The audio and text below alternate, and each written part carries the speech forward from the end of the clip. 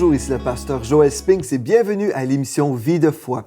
Aujourd'hui, j'ai le plaisir de recevoir dans les studios le pasteur Jean Ruland. Bonjour, pasteur Jean. Bonjour, pasteur Joël. Bienvenue encore une fois à l'émission Vie de foi. On a eu vraiment une bonne émission hier. On a parlé de cet amour qu'on peut avoir pour le Seigneur et l'appel de Dieu. Dieu nous appelle à vraiment revenir à retrouver véritablement l'amour qu'on avait pour lui dès notre nouvelle naissance.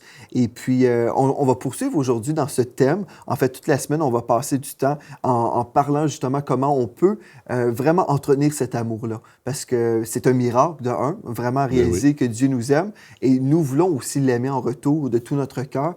Mais des fois, on a besoin d'avoir de l'enseignement pour vraiment être dirigé dans la bonne direction, pour savoir oui, je veux aimer Dieu, mais comment là? Comment y arriver vraiment? Comment est-ce que je peux vraiment démontrer au Seigneur que je l'aime?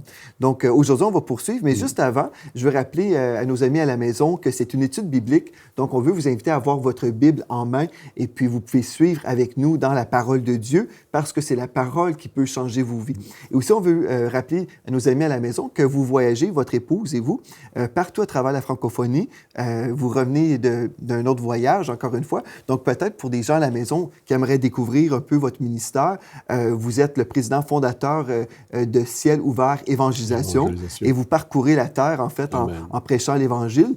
Parlez-moi un peu juste de vos voyages récemment, là. Oui, bon, d'abord, Ciel ouvert Évangélisation a été fondé en 1987.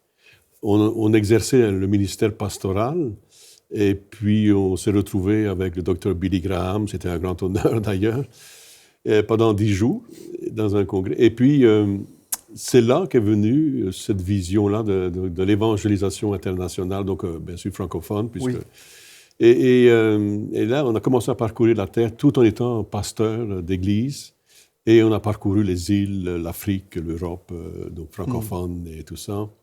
Et on a eu un séjour là aux îles Maurice. Alors c'est loin du Québec, ça fait un long trajet.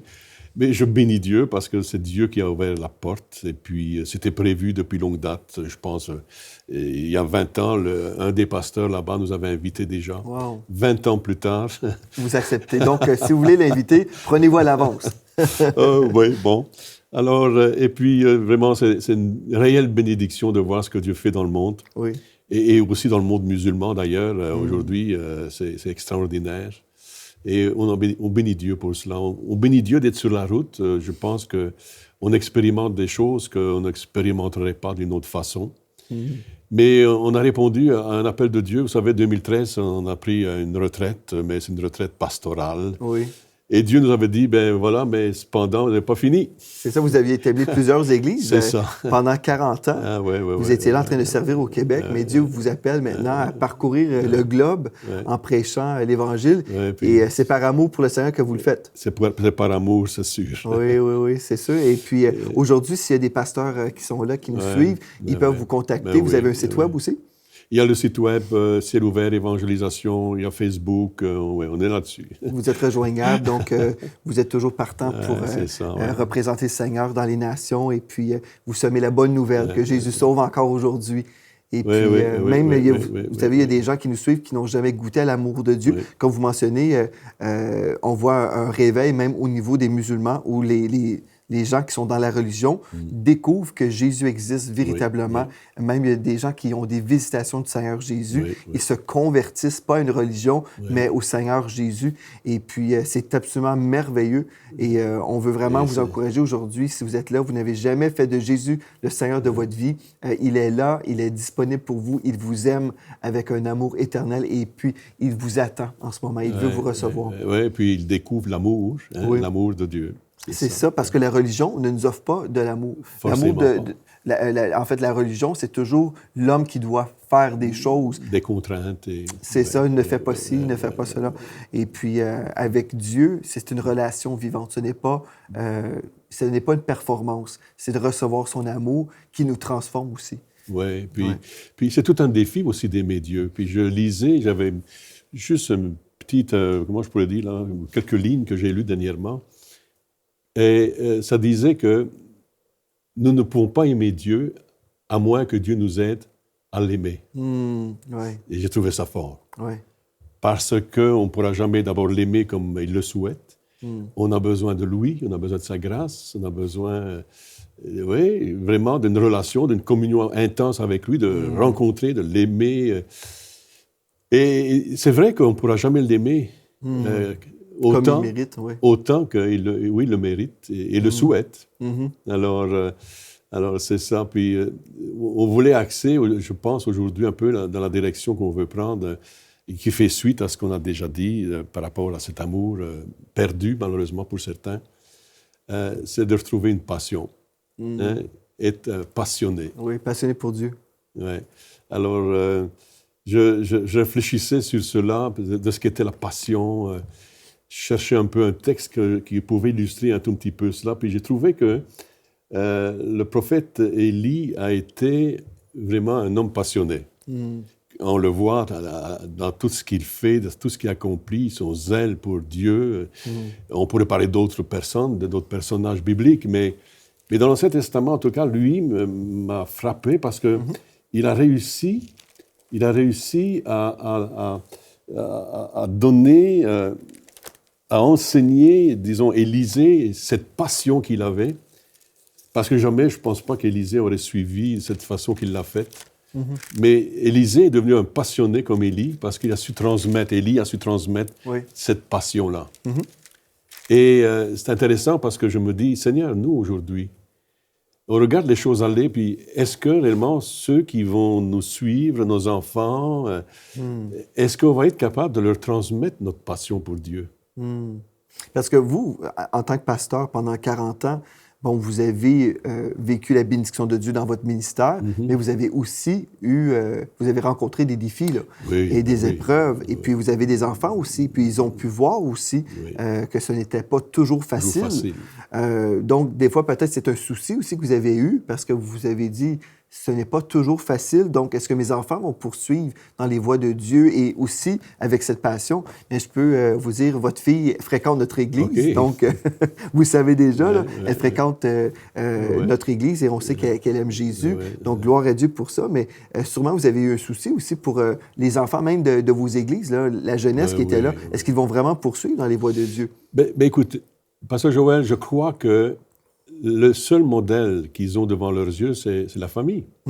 Lorsqu'elle existe encore, malheureusement. Hein? Aujourd'hui, on voit les familles qui se disloquent, et puis c'est triste de voir cela. Puis nos enfants sont jetés à gauche, à droite, et puis ils n'ont pas toujours non plus le beau modèle à la maison. Faut être honnête dans ce qu'on dit. Qu'est-ce qu'ils voient, qu'est-ce qu'ils entendent à la maison? Quelle sorte de modèle ils ont de la foi chrétienne? Est-ce que réellement ça reflète l'Évangile? Et est-ce qu'on est capable de transmettre? Et ça a été un de mes soucis. Ça m'a fondé plusieurs assemblées, puis on se disait, est-ce qu'on va réellement transmettre ce qu'on a reçu? Et qu'est-ce qui va suivre? Et je me suis rendu compte qu'avec les années, gloire à Dieu, je pense qu'on a réussi quand même un peu.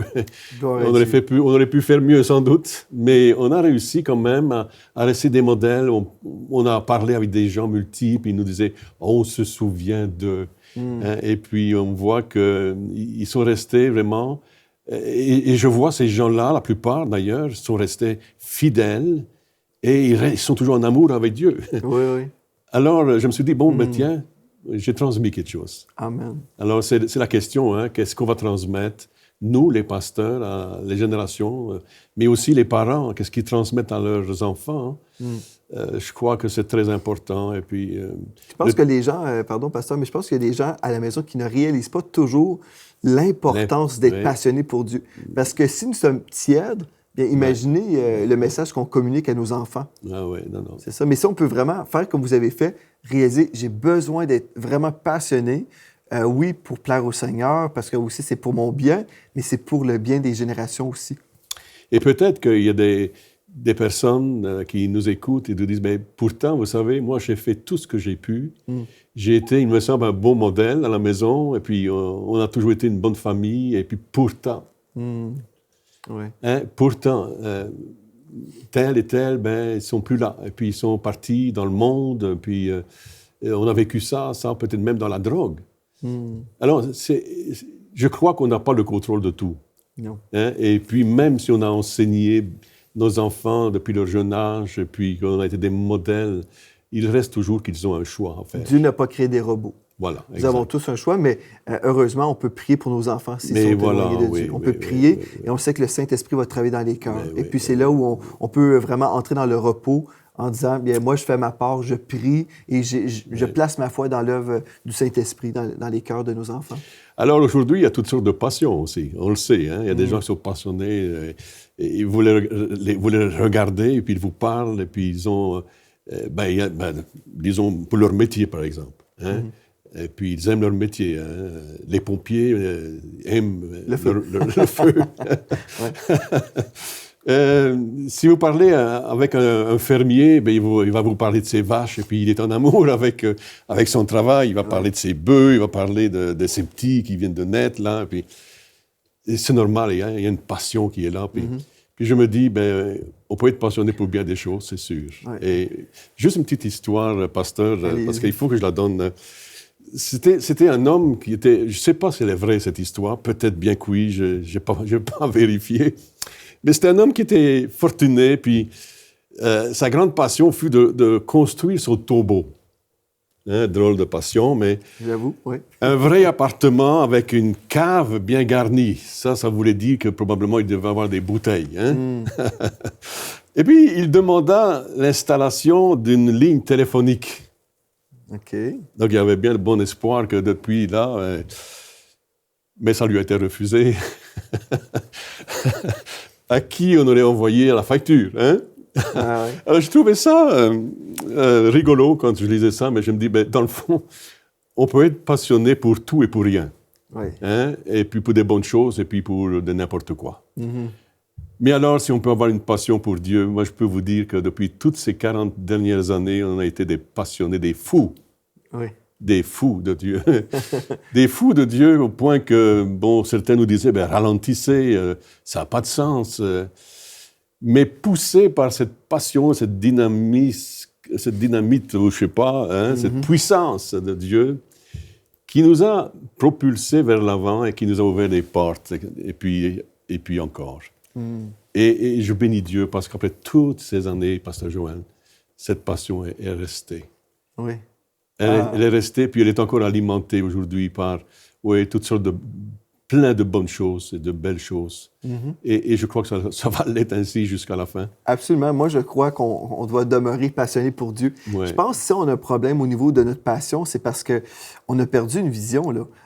Si on a la vision du Seigneur pour notre vie, pour le ministère, par exemple, les choses que Dieu nous prépare, c'est impossible de ne pas être encouragé. Je peux vous partager une histoire. Hier, j'étais à l'hôpital. Je suis allé voir une sœur de notre église qui avait besoin d'une visite. Et puis, quand je suis arrivé, elle était triste parce que, bon, elle avait des défis au niveau de sa santé. Mais comme j'ai quitté les lieux, elle était remplie de joie quand même. Amen. Et puis, on avait d'autres personnes de l'Assemblée qui étaient là aussi pour prier avec elle. Et puis, la sœur qui était là, avec cette autre sœur, elle a dit, « J'ai vu un miracle aujourd'hui. » Et le miracle, c'était, on a vu quelqu'un qui était triste, mais après, elle est devenue joyeuse, comme je quittais. Et pourquoi? C'était quoi c'est quoi l'élément déclencheur de cette joie? Et on a parlé de sa destinée. On a parlé de son ministère à l'Église. Et puis là, tout d'un coup, on voyait dans ses yeux cette joie, cette flamme qui revenait. Et puis, elle disait, bien, moi, je vais faire ça à l'Église. Je vais faire ça. Je veux aider telle personne. Je veux vraiment faire ça. Et là, on la voyait, on l'écoutait. Et on a vu une personne qui était à l'hôpital, malade, là, dans la tristesse parce que c'était épreuve après épreuve après épreuve. Et on se dit, mais quand est-ce que ça va finir? Et là, je pense que j'ai passé 2 heures à l'hôpital. Mais ces 2 heures-là, en train de parler de l'œuvre de Dieu et de notre service pour le Seigneur, on peut trouver une passion et dire, j'ai une raison de vivre, là, parce que je sers le roi des rois et ma vie a un but. J'ai un but, là. Ce n'est pas juste de me lever, aller travailler, faire ceci, cela, mais j'ai un but. J'existe pour servir le Seigneur. Et quand on réalise qu'on est vraiment là, on est là pour louer et adorer le Seigneur, en fait. Donc, peu importe ce que Dieu nous appelle à faire, si on vit avec un but, je suis là pour le Seigneur, bien, on peut être rempli de passion pour lui et dire, « Wow, Seigneur, j'ai ce privilège de te servir. » Ah oui, ouais. Oui. Ah oui, et puis, vous savez, je crois que il y a quelque chose qui est inné en nous. Donc, c'est sûr qu'il y a quelque chose en nous qui nous pousse à réagir d'une bonne façon ou d'une mauvaise façon, tout dépendant de quoi ou de qui on est habité. Hein, c'est de l'abondance du cœur Que la bouche parle. que la bouche parle. Oui. Et vous pouvez être éventuellement entouré de gens qui sont passionnés. Mais avez-vous remarqué qu'il y a des gens passionnés pour détruire? Alors, je voulais souligner ça un tout petit peu, mais il y a des passions extrêmes qui sont là. Mais ce qu'on voit aujourd'hui, toutes ces tueries, ces meurtres, Oui, c'est vrai. c'est incroyable. Ils sont passionnés, ces gens-là. Ils sont passionnés pour une... Et possédés. Et possédés, mais pour tuer, au nom de Dieu. Ouais. Je trouve ça terrible. Alors, on peut être passionné pour le bien, ou encore être passionné pour le mal, et tout dépendant de qui nous habite. Oui. Et je crois que par le langage tenu, par les actions, on peut reconnaître, dans le fond, un vrai serviteur de Dieu, un homme de Dieu, une femme de Dieu. Et en tout cas, je crois qu'on a tous vécu ces situations-là où on a rencontré la haine, comme on a pu rencontrer aussi l'amour, la bonté. Puis... Mais nous, notre rôle, c'est d'aimer. Oui. C'est d'aimer et de prier Dieu, de dire Dieu, aide-moi à mieux t'aimer. Et parce qu'il y a tellement de choses, de courants contraires. Il y a tellement de courants contraires dans notre société d'aujourd'hui, tellement d'informations qui nous arrivent, et négatifs, pas juste positifs, malheureusement, mais négatifs. Des choses qui nous sont données, influencées par, ou qui nous influencent. Pasteur, je pense qu'il y a une chose aussi importante, comme vous dites ça. Il y a des gens qui se laissent influencer. Oui. Vous savez, on vit dans un monde, et puis en ce moment, le Dieu de ce monde, c'est Satan. Oui. Et Satan a beaucoup d'influence dans les médias. Et gloire à Dieu, Dieu se lève, l'armée de Dieu se lève, et puis on est là pour briller pour Jésus. Mais on sait que Satan prend les médias pour essayer de distraire les gens, pour même voler la foi des gens. Et je crois, en tant qu'enfants de Dieu, nous avons une décision. Si nous voulons vraiment être passionnés pour Jésus, nous devons discerner. Il y a des choses qui ne sont pas mauvaises nécessairement, mais qui ne nous aident pas à vraiment entretenir notre relation avec Dieu. Non. Et je crois, des fois, c'est plus simple de dire, OK, bien, là, je n'écouterai pas telle chose parce que ça, je sais, c'est vraiment du diable, ce n'est vraiment pas de Dieu. Mais il y a d'autres choses qui sont plutôt comme dans une zone grise. Et on se dit, ah, bien, OK, je vais peut-être écouter ceci ou cela. Mais en fait, je crois qu'on doit vraiment être attentif au Saint-Esprit. Parce que dans mon cas, je sais que...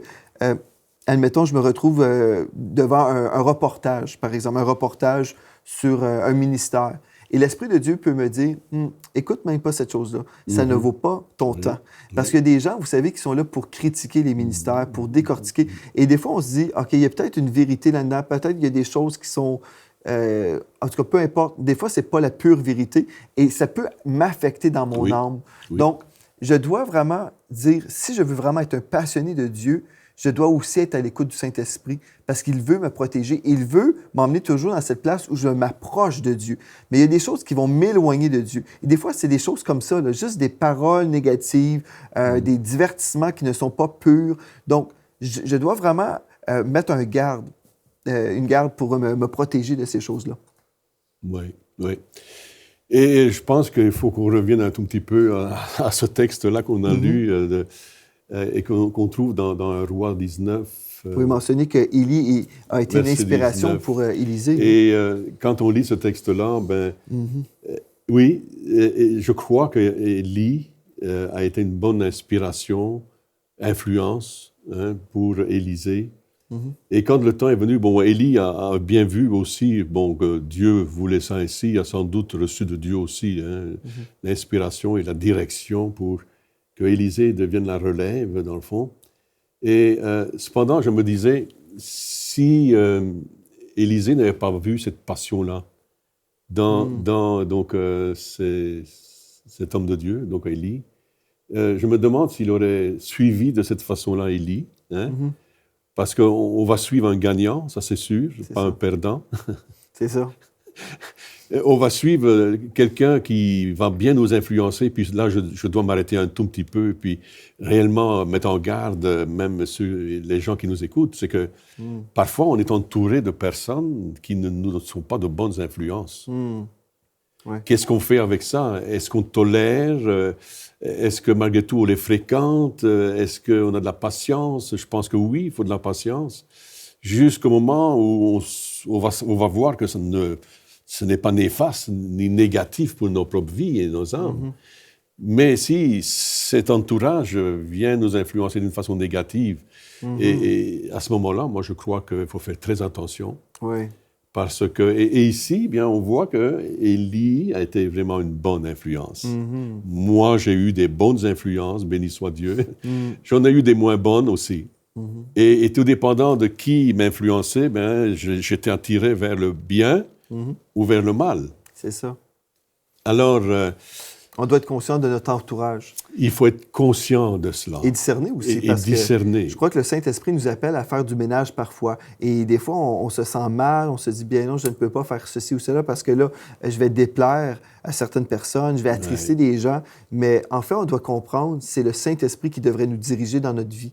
Et puis, on devrait côtoyer les personnes que l'Esprit de Dieu nous appelle à côtoyer. Et je pense, des fois, on oublie la Seigneurie de Christ dans nos vies et on s'imagine qu'on peut choisir nos amis. Et c'est juste récemment, j'ai déjà partagé, juste dans une pensée du jour, que le Saint-Esprit m'avait révélé cette chose-là, que des fois, on dit, bien, on ne peut pas choisir notre famille, mais on peut choisir nos amis.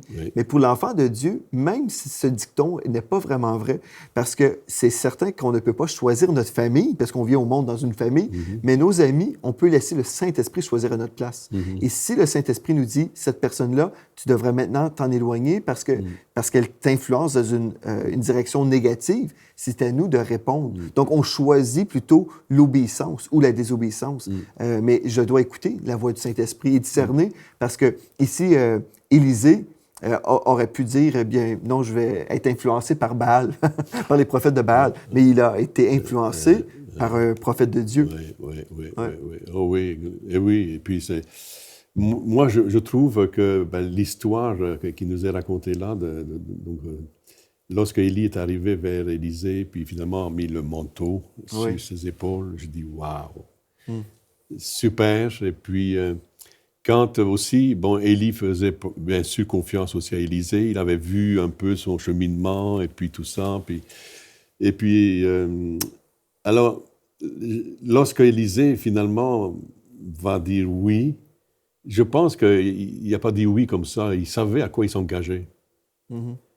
Parce qu'on peut dire oui, Seigneur, mais sais-tu à quoi tu t'engages? On dit oui, Seigneur, je te suivrai partout, je suis prêt à tout. On l'a dit, on l'a peut-être dit dans le passé, mais aujourd'hui, est-ce qu'on est prêt encore? Alors, mais je crois qu'Élisée avait vu Élie, puis il a vu que tout n'était pas facile, forcément. Et Élisée était bien au courant, puis quand il a dit oui, dans le fond, il a dit oui, permets-moi d'aller saluer ma famille d'abord, hein, et puis il a dit bye-bye, j'ai autre chose à faire. Il tue, ça dit oui, il tue des bœufs, hein, à un certain moment, il fait... Et puis, il brûle même cette offrande qu'il va offrir avec sa charrue.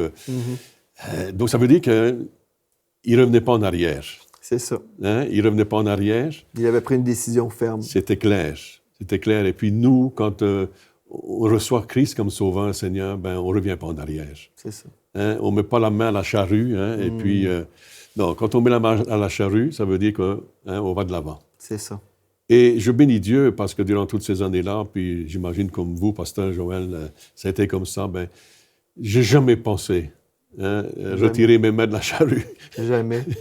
Quand nous sommes si heureux avec le Seigneur, pourquoi se tourner vers le diable qui va nous rendre malheureux? Exactement ça. C'est simple, mais c'est la vérité. Le Seigneur nous comble de joie, il nous bénit. Et puis, ça ne veut pas dire qu'on n'a pas d'épreuves, mais malgré l'épreuve, Dieu est là. Oui. Alors, et puis disons aussi que même s'il y a des tribulations, même s'il y a de la persécution, même Jésus l'a dit, vous allez être haïs à cause de moi. Oui, c'est normal. Le serviteur n'est pas plus grand que son maître. Et puis si le Seigneur Jésus a été persécuté, même crucifié, bien, nous savons que nous allons vivre de l'opposition. Et si on ne vit jamais d'opposition, on devrait se demander des questions, n'est-ce pas? On devrait se poser la question, mais pourquoi ça va si bien toujours? Peut-être je ne brille pas comme je devrais briller et peut-être je ne suis pas passionné vraiment pour le Seigneur Jésus. Et puis, ce que je voudrais peut-être rajouter juste en quelques mots, c'est Nous recevons du courrier, nous recevons des téléphones, même d'outre-mer, même d'Afrique maintenant. Les gens qui téléphonent de si loin pour avoir des conseils. Wow. Et puis, je me dis, mais est-ce qu'ils ne trouvent pas chez eux ce genre de conseils qu'ils ont besoin? Est-ce qu'ils ont l'attention? Est-ce que peut-être mettre en garde à ce moment-là de dire, écoutez, faites bien attention. Qui sont vos dirigeants? Il y a des faux prophètes. Il y a des faux ouvriers, nous dit l'Écriture. Et puis, c'est vrai qu'il faut faire très attention. Et puis, je prie pour ces gens parce que je dis, Seigneur, envoie des vrais ouvriers. Envoie-leur des gens qui peuvent les conduire dans ta vérité, prendre soin du troupeau, prendre soin. Quand on entend leurs histoires, vous dites, waouh, c'est quelque chose.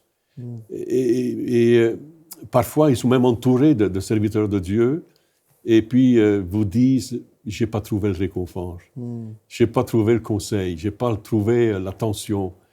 Et puis vous voyez que c'est vrai, ce n'est pas juste l'imagination, ils sont blessés.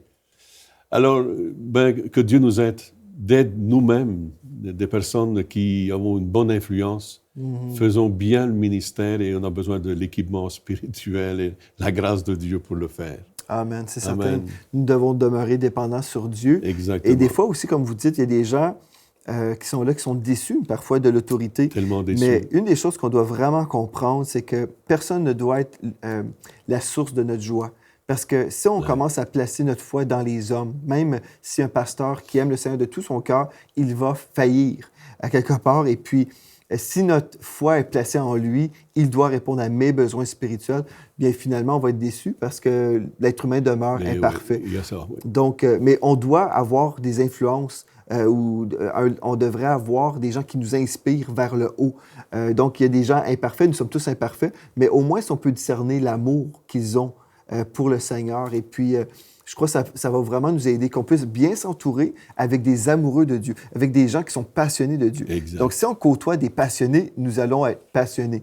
Je sais, il y a des gens qui sont passionnés du vélo, par exemple. Ils passent chaque fin de semaine en train de faire du vélo. Ils sont passionnés, mais ils se tiennent avec des gens qui font du vélo. Ils ne se tiennent pas avec les gens qui vont juste au cinéma manger du popcorn. Exact. Donc, on veut s'entourer des gens que l'on veut ressembler. Donc, si on veut vraiment être passionné pour Dieu et s'engager, et engagé, bien, on devrait s'engager et fréquenter les gens aussi. Donc, notre entourage, c'est tellement important également. Et je crois que c'est un thème que le Saint-Esprit veut souligner dans cette saison spirituelle. Donc, on va poursuivre demain. On va continuer à parler encore de cette passion pour le Seigneur. Et puis, je crois, on est en train de stimuler les choses dans nos cœurs pour vraiment aimer le Seigneur de tout notre cœur. Merci, Pasteur Jean, d'avoir été là aujourd'hui et merci à vous aussi. Et d'ici à demain, soyez richement bénis. Cette émission est rendue possible grâce au précieux soutien des partenaires d'Enseigne-moi Canal International. Retrouvez tous nos programmes sur enseigne-moi.com.